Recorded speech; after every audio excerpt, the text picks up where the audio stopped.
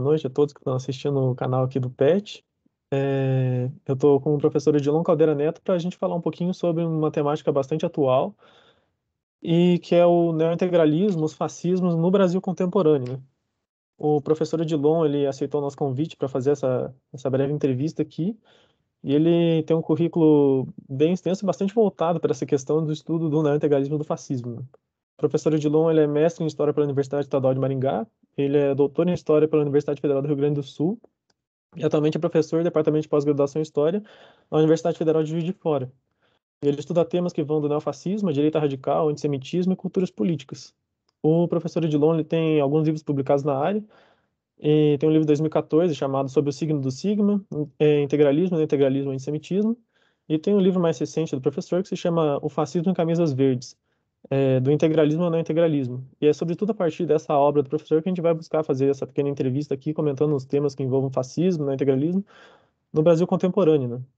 E dando essa breve introdução, eu cumprimento e passo a palavra ao professor Edilon para que ele possa dar uma breve introdução à temática e dizer exatamente o que seria essa pesquisa dele. Oi, Raul. Bom dia, boa tarde, boa noite a todas as pessoas que nos assistem também. Primeiro, eu queria agradecer o convite, é uma satisfação. E eu trabalho com essa temática dos estudos sobre fascismo, sobre neofascismo já há alguns anos. Eu iniciei ainda na graduação em História da Universidade Estadual de Londrina, e o meu objetivo era justamente interpretar não apenas a dimensão histórica do fascismo, né? Assim, a historicidade do fenômeno, as suas características, as suas condicionantes e seus resultados, por assim dizer.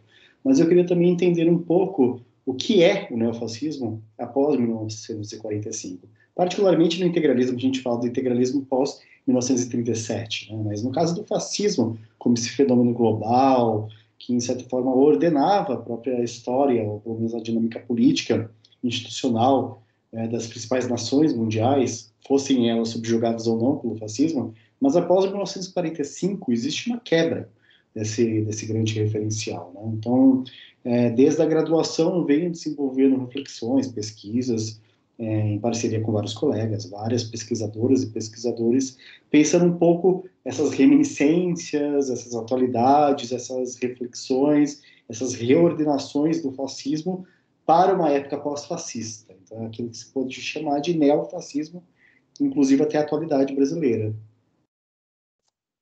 Beleza. Então, para começar um pouco a nossa entrevista, né, eu vou fazer uma pergunta bastante genérica que instiga muita gente mesmo, né? E bastante simples, assim, para pensar.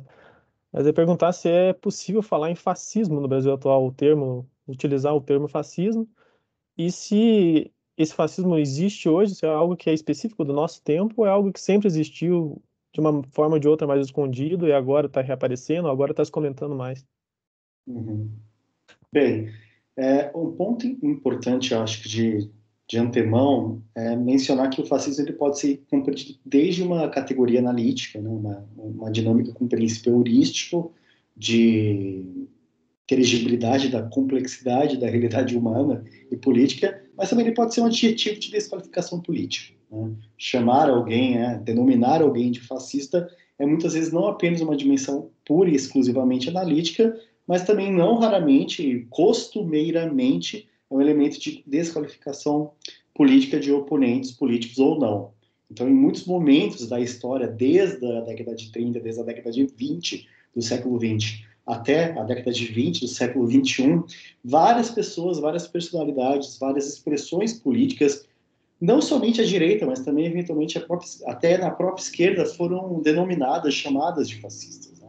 Então, muitas vezes o fascismo ele é caracterizado como um adjetivo mais do que um conceito, uma categoria política analítica. Por que eu digo isso? Porque em outros momentos da história do Brasil republicano, o termo fascista foi utilizado para desqualificar ou caracterizar expressões políticas que orbitavam o campo da direita radical, ou expressões mais propriamente ditas da própria extrema-direita, né? Para além da ação integralista brasileira, que foi com rigor analítico classificada, e ainda é, né, uma ideologia política participante do fascismo, a própria ditadura do Estado Novo foi considerada fascista em algum momento da história, as ditaduras civis militares da Latinoamérica da década de 60 e 70 também foram caracterizadas em algum momento como fascistas, e outras expressões da direita radical brasileira, por exemplo, como o Prono de Enéas Carneiro, também foi chamado de fascista em algum momento.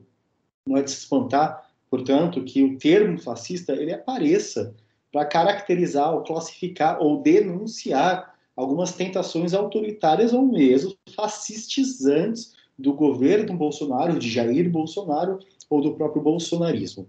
Isso não quer dizer, analiticamente falando, que o Bolsonaro, o bolsonarismo, o governo Bolsonaro possa ser reduzido exclusivamente a caracterização ou a categoria fascista. Me parece que a dinâmica do fascismo, entendendo o fascismo como uma ideologia política, talvez uma das ideologias políticas retardatárias da modernidade, é um dos elementos constituintes do caldo político e cultural do bolsonarismo.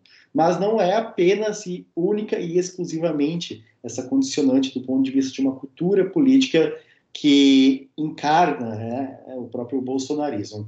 Então, em certo sentido, eu acho que é possível falar em fascismo e bolsonarismo, mas não é possível reduzir o bolsonarismo ao fascismo. Em certo sentido, o bolsonarismo, no meu entendimento, e há pessoas que divergem na interpretação, o bolsonarismo ele pode ser analisado como um fenômeno, claro, desses fenômenos das novas direitas globais, mas também com uma certa forma de um autoritarismo difuso. Difuso em que sentido? Em que ele acaba incorporando diversas roupagens dinâmicas e inspirações, inclusive intelectuais, do autoritarismo da direita radical, da extrema-direita brasileira, que foram produzidas nos últimos 10, 20, 30, 40, 50, 100 anos. Então, as dinâmicas, por exemplo, de círculos militares, né, nichos militares antidemocráticos, de teorias ou ideias elitistas, teorias e ideias autoritárias e também teorias e ideias fascistas são incorporadas no bolsonarismo. Então, o bolsonarismo, no meu entendimento, é esse autoritarismo difuso, bastante diversificado e também em disputa. Dentro do bolsonarismo, coexistem diversas dinâmicas, tendências, inspirações da extrema-direita, inclusive aquelas mais aproximáveis, próximas ou tipicamente fascistas. E elas disputam espaço nesse conglomerado da extrema-direita brasileira. Então é possível falar de bolsonarismo e fascismo, mas no meu entendimento talvez seja cedo para se falar em bolsonarismo igual a fascismo. Uhum, faz sentido. E, e com relação ao integralismo propriamente dito, né? É possível falar que hoje existe um neointegralismo como um movimento organizado? E para além do próprio neointegralismo, existem outros movimentos fascistas que se auto-intitulam fascistas e são movimentos organizados hoje, ou seria aquela coisa mais oculta, aquela coisa mais nas entrelinhas, assim? Uma caracterização do fenômeno neofascista globalmente falando é uma condição bastante fragmentada, em teoria desarticulada, mas ainda assim profundamente articulada entre si.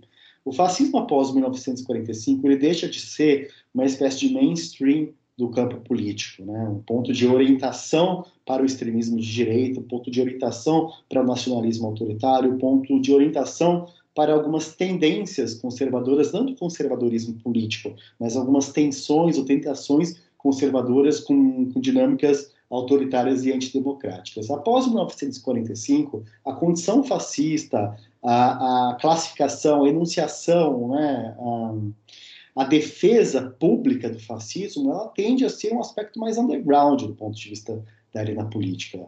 E não raramente, inclusive, plenamente ilegal. Então, a condição neofascista, de uma maneira geral, ou a condição fascista após 1945, ela tende a se articular em torno de grupelhos que, eventualmente, não têm força, capacidade política de articulação do ponto de vista de criação de partidos políticos, muitas vezes, inclusive, renegam essa forma de organização, mas mantêm viva as suas articulações nesse panorama bastante fragmentado e muitas vezes também atuam em torno de dinâmicas que não são propriamente políticas, mas, sobretudo, são dinâmicas essencialmente intelectuais. Nesse sentido, o neofascismo brasileiro ele acaba aparecendo, em algum sentido, em algum aspecto, com outras organizações, com outras caracterizações do neofascismo global. Ou seja, são diversas e pequenas organizações neofascistas que muitas vezes não anunciam publicamente que são fascistas, mas trazem uma ideia do fascismo ali do ponto de vista da forma como enxergam a sua vocação política, que se enquadram dentro de dinâmicas mais amplas das direitas. Ou seja, talvez usar o termo parasitário seja um pouco pesado, mas me parece que as organizações neofascistas, elas tendem a se articular com uma forma do underground, como já disse, do campo político, e tentando introjetar as ideias dessas organizações neofascistas no ponto de vista, na perspectiva do campo cultural e político da direita radical de uma maneira mais ampla, inclusive de partidos políticos legalmente estabelecidos e inscritos em democracias liberais e representativas, mas que renegam qualquer forma de associação ao fascismo histórico. O ponto é o seguinte: a direita radical, a extrema-direita, mas sobretudo a direita radical, que obteve algum sucesso político-eleitoral desde 1945, foi aquela direita que se assumiu como refratária a qualquer forma de rearticulação do fascismo. Temos talvez algumas evidências muito pontuais de organizações neofascistas e neonazistas que conseguiram algum sucesso eleitoral. Por exemplo, o movimento social italiano, logo após a libertação do fascismo, conseguiu algum sucesso eleitoral na Itália, dos anos 46 até o começo da década de 50. O Aurora Dourada na Grécia era um partido político essencialmente neonazista. Mas são, assim, duas exceções de uma regra que é uma regra da desfascistização da direita radical. O Front National, na França, por exemplo, só conseguiu algum sucesso, alguma incursão na arena política francesa após se desvencilhar um pouco das suas caracterizações neofascistas. Isso não quer dizer que as ideias fascistas não estejam necessariamente presentes nesses grupos. Claro, a gente não pode reduzi-los a essas ideias, mas é um campo muito interessante do ponto de vista da análise e também da disputa, ou seja, existe uma disputa nesse conglomerado, nesse prisma que são as organizações grupusculares, grupelhos de extrema-direita de orientação neofascista. Existe também a ideia, a tentativa de introjetar as ideias desses grupos na arena política mais institucional, mas de toda forma elas renegam, né, essas organizações políticas legalmente estabelecidas renegam esta associação. Isso acaba acontecendo no Brasil de uma certa maneira. Não temos um partido político legalmente estabelecido que reivindique o estatuto, né, o estatuto integralista, embora façam usos alguns desses partidos políticos de algumas ideias chaves do integralismo ou, eventualmente, alguns lemas do próprio integralismo. A gente pode pegar alguns exemplos recorrentes do que ocorre, por exemplo, no PRTB, ou ocorria no PRTB, do recém-falecido Levi Fidelix, do próprio excertos, né, extratos do bolsonarismo, onde há um movimento de aceno a essas porções do neofascismo, no caso, neointegralismo brasileiro. Mas não é, claro, uma apropriação ipsis literis, absoluta, dessa condicionante integralista. E no caso do neofascismo brasileiro, o neointegralismo é uma das células desse neofascismo. A gente pode falar em outras diversas tendências do neofascismo do Brasil, passando daquelas mais extremadas e radicais, intolerantes, que orbitam o campo do negacionismo do Holocausto, do neonazismo, com gangues, ou mesmo por uma dimensão mais intelectual, que passa por questões como a quarta teoria política e assim por diante. Ou seja, realmente é um conglomerado diversificado que tem uma harmonia entre si, mas não tem o poderio político, como muitas vezes algumas pessoas desavisadas, sobretudo alguns veículos de imprensa, buscam afirmar. Ou seja, que o Brasil vive o integralismo para o século XXI. Não, a gente vive aqui um momento bastante particular, onde algumas células do neointegralismo, algumas ideias do integralismo histórico se colocam na arena política em disputa, mas também proporcionando alguma espécie de mundividência que faz referência ao fascismo histórico. Uhum. E com relação a isso, eu até me pergunto sobre aquele ataque que teve no Porta dos Fundos, acho que em 2019, né? Que teve um grupo neointegralista que assumiu a autoria dos ataques. E esse grupo ele seria então uma espécie de grupelho, uma célula, mas não um movimento integralista organizado como se via na década de 30 ali. Ah, sem dúvida. Aquele grupo a sigla é tão extensa, o nome é tão extenso que eu sempre me confundo, mas salvo engano é Comando de Insurgência Popular Nacionalista, vírgula, da Família Integralista Brasileira. Esse grupo, como algumas investigações já dão um tom de entendimento, ele trouxe, né, alguns indivíduos que eram participantes de outras células neo-integralistas, como a Associação Cívico-Cultural, a Sinopse Estrela, alguns tinham também, aparentemente e supostamente, ligação com outros grupos, como a Frente Integralista Brasileira, mas, claro, são todos grupos muito diminutos, né? O neo-integralismo, assim como é o neofascismo, por exemplo, em diversas na Espanha, em Portugal, enfim, na Itália, ele é um objeto de disputa entre diversos grupeiros. O que une, né, mas o que reúne essas organizações neo-integralistas é a forma como eles se enxergam enquanto herdeiros ou reivindicando essa condição de herdeiros de uma matriz fascista existente no Brasil de outrora, do século XX, ou seja, a ideologia integralista, a simbologia integralista, a doutrina integralista é reivindicada por esses grupos como a CALI, Frente Integralista Brasileira, o Movimento Integralista e Linearista Brasileiro, integralistas monárquicos e assim por diante. Mas não existe uma unidade. Não existe uma unidade. Não existe um Plínio Salgado 2.0. Né? Não existe um Plínio Salgado do século XXI, ou um Gustavo Barroso do século XXI, e assim por diante. Existem, na verdade, são diversas organizações grupusculares, grupeiros em disputa, e cada um desses grupeiros tem, em certo sentido, a sua própria liderança. Claro que há um trânsito entre esses grupos. O trânsito existe, né? Porque são pequenos grupos e muitas vezes eles precisam dialogar em certo sentido. Mas, para além do diálogo, que é estabelecido justamente porque eles se enxergam como integralistas ou outras tendências do fascismo para esse neofascismo, existe um processo de disputa. Não existe um processo de disputa. Então, não é possível falar que existe, na atualidade, o ressurgimento do integralismo como uma política de massas. E muito possivelmente não acontecerá isso no século XXI, tampouco no século XXII, porque essas organizações neofascistas elas tendem a ser realmente fragmentadas e em disputa. Mas daí é interessante que o fato de elas serem fragmentadas condiciona, em certo sentido, uma capacidade, ou mais do que isso, uma necessidade para elas se tornarem ainda mais radicais ou ainda mais ativas. Porque é justamente esse fenômeno em disputa em torno do neo-integralismo, mas também em torno do próprio neofascismo, que faz com que cada grupo precise se mostrar mais ativo perante seus iguais e quanto à dimensão de postulantes a serem militantes dessas organizações. O caso, por exemplo, dessa pequena, muito pequena, minúscula organização neo-integralista que você, Raul, mencionou, do ataque à sede da produtora do Porta dos Fundos e de outros ataques também, roubo de faixas antifascistas, ela se mostra de uma maneira mais radical, né? Uma maneira mais radical. Por quê? Justamente porque ela quer se mostrar como a liderança desse campo neo-integralista. Então, muitas vezes, o fato de serem pequenos não quer dizer que esses grupos não sejam ativos, e muito menos que eles não sejam radicais. Afinal de contas, o radicalismo, os atos de violência, são uma estratégia de divulgação política, são uma estratégia de disputa política, são talvez uma estratégia para uma certa vocação política do próprio neofascismo. Uhum. E esses grupos fragmentários, eles têm atuações políticas assim relativamente autônomas, como o professor falou, né? Mas no aspecto doutrinário, assim, de uma doutrina integralista, eles ainda leem Plínio Salgado, Miguel Reale, Gustavo Barroso, esses ainda são as referências.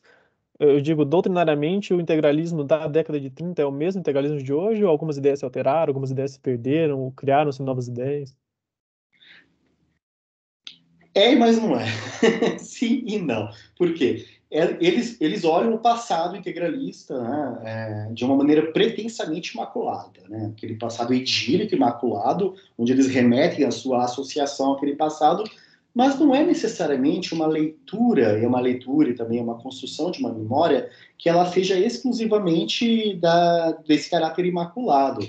À medida que eles fazem uma leitura da ideologia, da doutrina integralista, do passado, né, da década de 30, do século XX, existe também uma operação de enquadramento dessa memória, enquadramento dessa leitura sobre essa memória, sobre esse passado integralista. Então, dentro do neo-integralismo, vai existir diversificações em torno da leitura desse passado. Eles dizem que é uma apropriação absoluta e nada restritiva da doutrina integralista. Mas alguns grupos têm uma leitura mais antissemita do integralismo. Ou seja, eles se afeiçoam mais a uma dinâmica de elogio ou de afeição ao integralismo de Gustavo Barroso.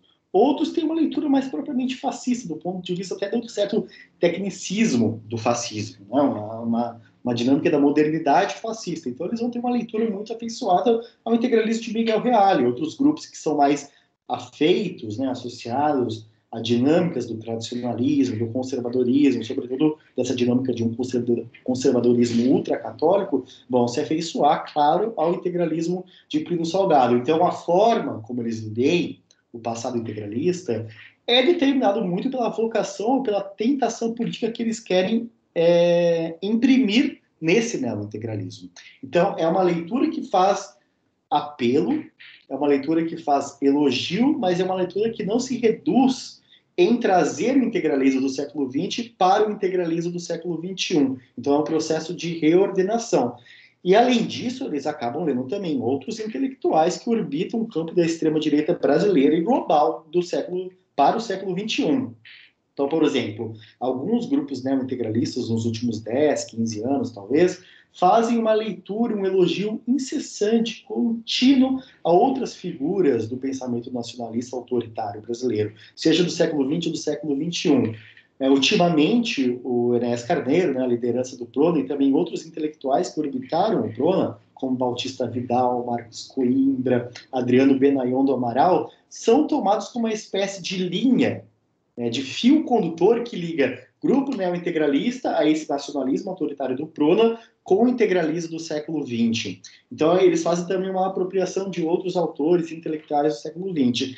E, não raramente, eles também fazem uma leitura do plano global do neofascismo. Ou seja, Júlio Zévola é um autor que podemos reduzir a experiência do fascismo histórico ou do neofascismo? Não, Júlio Zévola é um autor que transitou pelo fascismo italiano, transitou pelo fascismo alemão, transitou por correntes do pensamento e da filosofia tradicionalista, mas ele foi incorporado na leitura neofascista sobre a produção intelectual de Júlio Zévola. Então, esses grupos, né, alguns desses grupos integralistas, eles vão notar como o neofascismo global se aproxima dessas tendências intelectuais que leem Júlio Zévola ou leem Alexander Dugin, por exemplo, que é a grande referência do neo-erasmismo, do nacional-bolchevismo.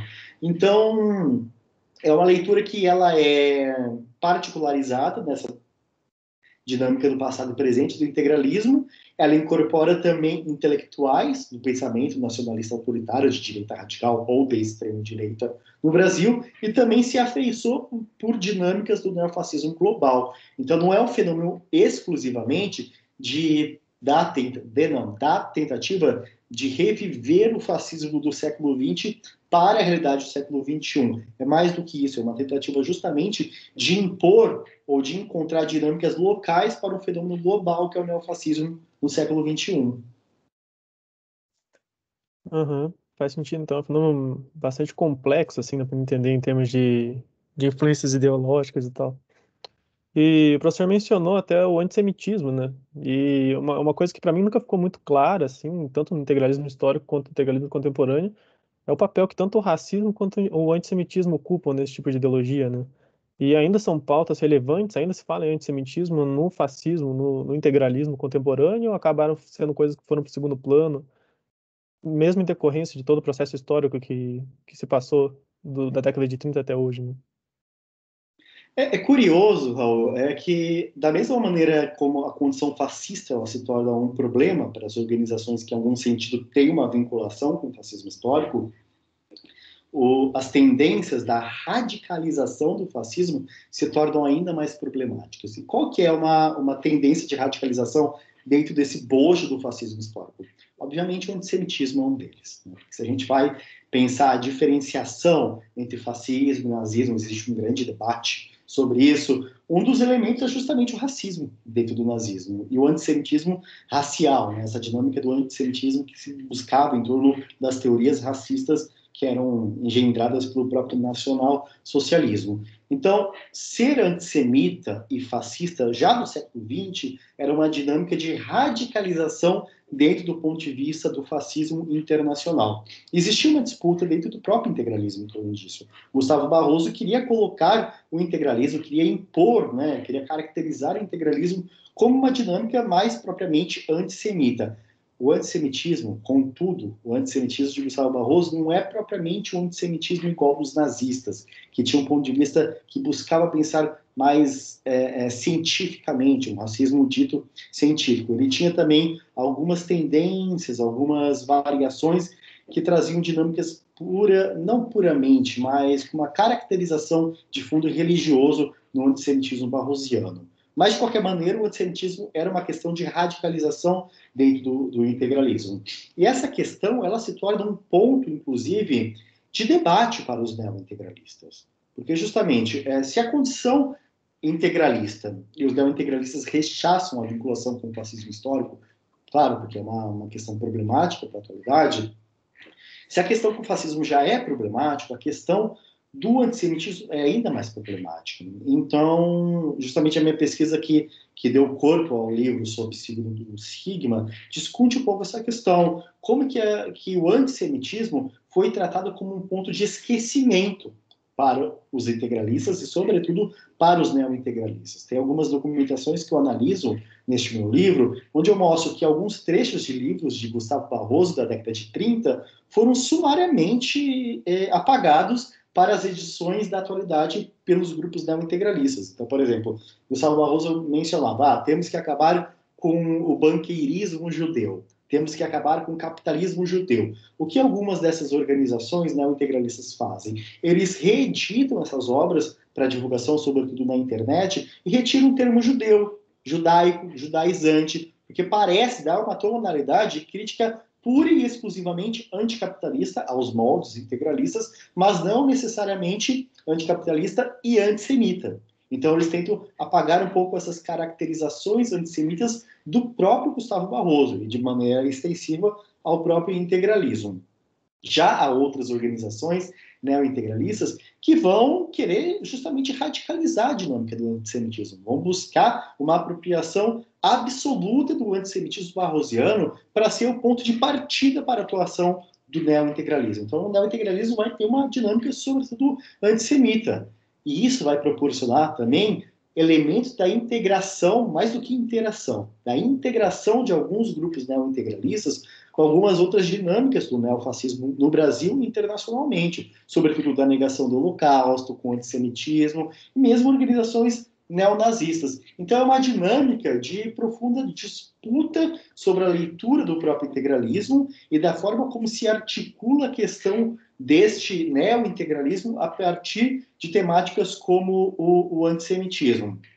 Algumas outras temáticas do integralismo e do neo-integralismo não são necessariamente tratadas com extremo cuidado, como, por exemplo, o discurso anticomunista. O discurso anticomunista é um fio condutor, né? Ele liga o integralismo da década de 30 ao integralismo da década de 40, 50 e 60, até o integralismo na atualidade. Então não é um ponto assim de esquecimento. Já o antissemitismo, sim, esse é um ponto de disputa, é um ponto de uma certa vergonha, mas eu diria mais que um elemento quase traumático para os neo-integralistas, e eventualmente é também um ponto de tensionamento para uma radicalização tanto do integralismo quanto do neo-integralismo no século XXI.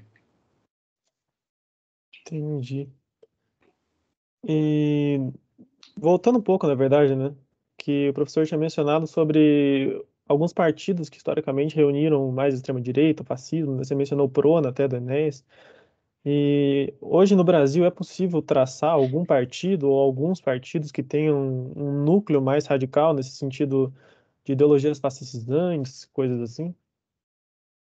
Sim, sem dúvida. O PRONA, efetivamente, ele não foi um partido integralista, tampouco neofascista, mas o PRONA ele teve a participação, em algum sentido, de alguns grupos ou indivíduos, ou mesmo de algumas narrativas ou mitologias políticas próprias ou comuns a grupos neo-integralistas.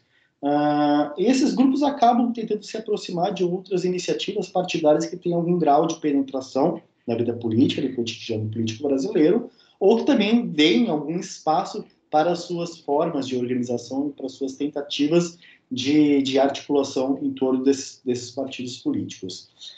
O PRTB, na atualidade, né, o PRTB que era recém-presidido por Levi Fidelix, foi talvez, nos anos recentes, a principal plataforma para a articulação de grupos neointegralistas e para uma certa narrativa integralista.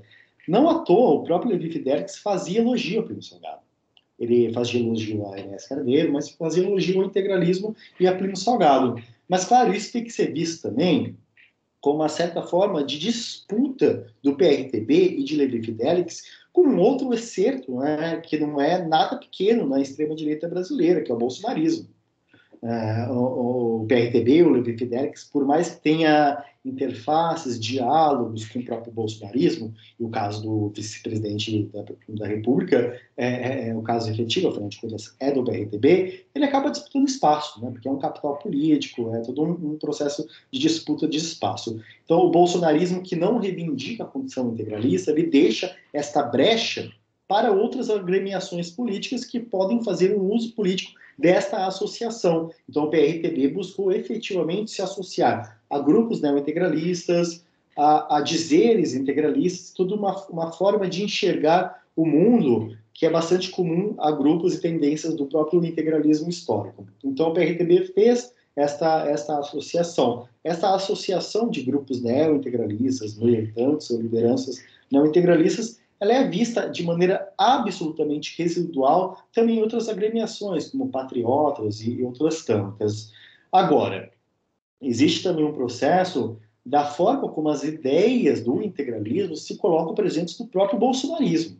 Afinal de contas, em muitas vezes, a leitura que os integralistas fazem da forma como se deve ser feita a política, ou uma certa ideia de regeneração da nacionalidade, extirpando, silenciando, perseguindo minorias, ou, sobretudo, adversários e, no caso, inimigos políticos, como comunistas, ou mesmo a ideia que se tem, né, como comunismo, ela se apresenta de uma maneira bastante similar no integralismo histórico e no próprio bolsonarismo. Então, assim, as ideias integralistas, elas estão presentes não apenas nos grupos neointegralistas. Este caldo cultural e político do integralismo, ele foi criado, articulado nesse fenômeno do fascismo histórico ao longo da década de 30, do século 20, mas ele não pertence exclusivamente ao próprio integralismo, porque o fascismo era mais do que um movimento político organizado, era também um movimento de ideias, uma forma de se articular, de imaginar mundividências ou mesmo cosmovisões.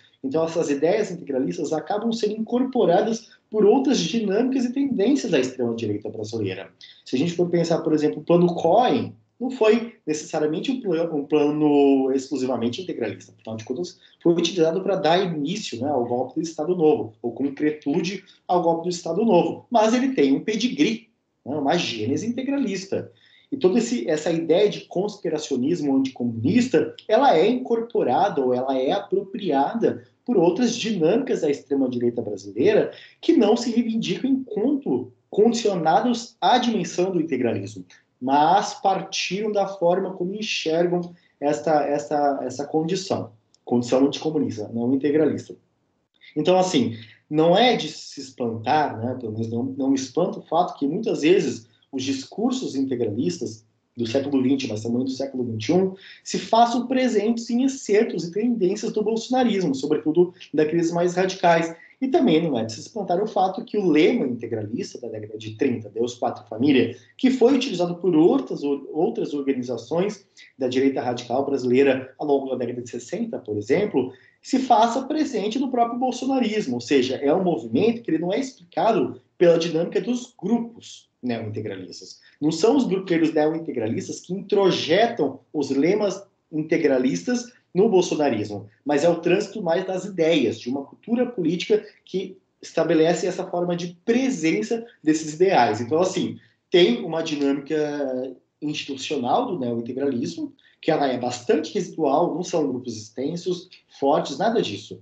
Eles estão ali, tentando tatear as possibilidades políticas. Mas, mais do que isso, são as dinâmicas de um imaginário político que se faz presente na extrema-direita brasileira de uma maneira bastante ampla. E é isso, inclusive, que possibilita esse movimento de tatear do grupos neointegralistas. Eles observam que há ideias deles que estão sendo articuladas, reivindicadas e presentes na extrema-direita, da direita brasileira de uma maneira mais ampla. Então, realmente é um fenômeno bastante diversificado. Uhum. E acho que até já estamos alguns minutos aqui, né? Para encerrar a entrevista, eu queria saber se esse aval que a extrema-direita brasileira dá para ideais integralistas, ideais fascistas, ele é alguma coisa que pode futuramente resultar em um partido integralista ou uma ascensão mais explícita do integralismo, como já existiu, ou se continuaria sendo uma série de resquícios de apropriação de ideias? Qual seria o real perigo dessa reascensão de ideias no momento atual? Pensar em termos de futuro, né? O historiador sempre foge, eu vou, eu vou fugir também. Até porque não é uma questão assim, só de desconforto, que muitas vezes eu erro mesmo. Mas, assim, eu acho que, pensando institucionalmente, o neointegralismo, ele não tem uma capacidade de articulação em torno de partidos políticos. Ele acaba sendo esse fenômeno de radicalização, ou mesmo de uso político desse passado, ou mesmo desses grupos para outros movimentos que não são pura e única e exclusivamente integralistas ou neo-integralistas, como é o caso do PRTB.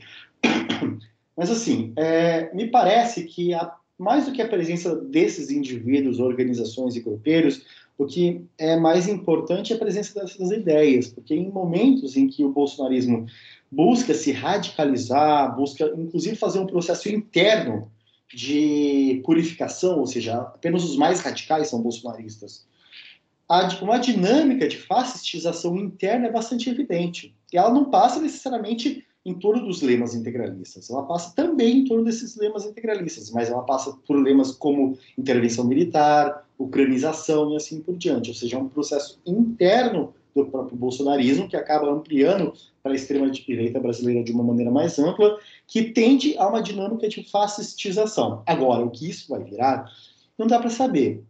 A gente pode estar observando, a partir dessa nossa atualidade, a gente está em maio, o processo de declínio do governo Bolsonaro. As estimativas, né, para as eleições definem, não definem, né, mas estimam que Bolsonaro não tem capacidade política para a reeleição. Mas o bolsonarismo, ele não se reduz ao governo Bolsonaro. Em certo sentido, o fenômeno do bolsonarismo não se reduz exclusivamente até a própria liderança de Jair Bolsonaro. Então, o que será o bolsonarismo após o governo Bolsonaro, ou o que será o bolsonarismo em uma eventual, em um eventual segundo o governo Bolsonaro, não dá para saber. Mas daí a gente pode pensar em um processo de fascistização interna, né? Ou, no mínimo, uma radicalização ou então de reconhecimento da sua condição essencialmente antidemocrática, que pode estabelecer alguns problemas futuros do ponto de vista da democracia brasileira, no que a gente já não tenha bastante problemas na nossa democracia. Então, assim, me parece que do ponto de vista institucional, uma capacidade de reivindicação da condição integralista ela é muito diminuta, até porque o integralismo é um fracasso político. O integralismo, do ponto de vista eleitoral, é um fracasso político. Qual que é a necessidade de grupelhos fascistizados e com poder em reivindicar um fracasso? O que eles querem é justamente reivindicar alguma espécie de sucesso. No todos eles reivindicam os porões da ditadura e também a mitificação de Jair Bolsonaro. O que me parece, então, mais interessante ser analisado não é um hipotético e pouco provável ganho de poder do neo-integralismo ou do próprio integralismo enunciado como tal, mas sim um processo de fascistização daquilo que já está no poder. Isso que me parece mais interessante, analiticamente falando, e também, talvez, mais factível, e tristemente, mais factível. Uhum. Eu tentei fazer várias perguntas pro professor para tentar relacionar vários temas com fascismo, neointegralismo e até questões doutrinárias, e acho que foi bastante esclarecedora a conversa. E mesmo para minha pesquisa individual, mas em termos de divulgação científica, acho que vai ser bastante proveitoso. Então, Eu gostaria de agradecer ao professor por ter concedido essa pequena entrevista, ter exposto um pouco da sua pesquisa para a gente. E o PET também agradece, né, pela disponibilidade e pelo interesse. E logo vai estar disponível no canal do YouTube. E acredito que seja isso. Muito obrigado, professor. Eu que agradeço, Raul. Deixo um abraço para todo mundo do PET. PET que é uma iniciativa fundamental, né, tão importante, e que, muito infelizmente, tem sofrido ataques, mas são ataques que são sistemáticos à Universidade Brasileira. Né? Não que isso diminua o problema desses ataques, na verdade, o que torna ainda mais triste. Enfim, ainda temos muito a que lutar e me parece que a ideia de pesquisar, é uma geração muito nova de gente pesquisando a extrema-direita, como o seu próprio caso, Raul, é muito bom, porque acho que é coletivamente que a gente consegue entender essas diversas clivagens e facetas do autoritarismo, do fascismo no Brasil ontem e hoje, e de uma certa maneira é a partir também do entendimento desse fenômeno que a gente vai conseguir encontrar algumas pistas eventuais para sair desse buraco em que nos metemos ou então em que nos colocaram. Muito obrigado mais uma vez, Raul. Estou sempre à disposição. Eu que agradeço, professor. E para quem estiver assistindo no YouTube, não deixa de deixar um like aí, compartilhar o vídeo, divulgar, que sempre ajuda bastante o grupo.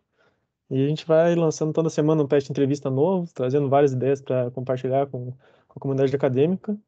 E é isso.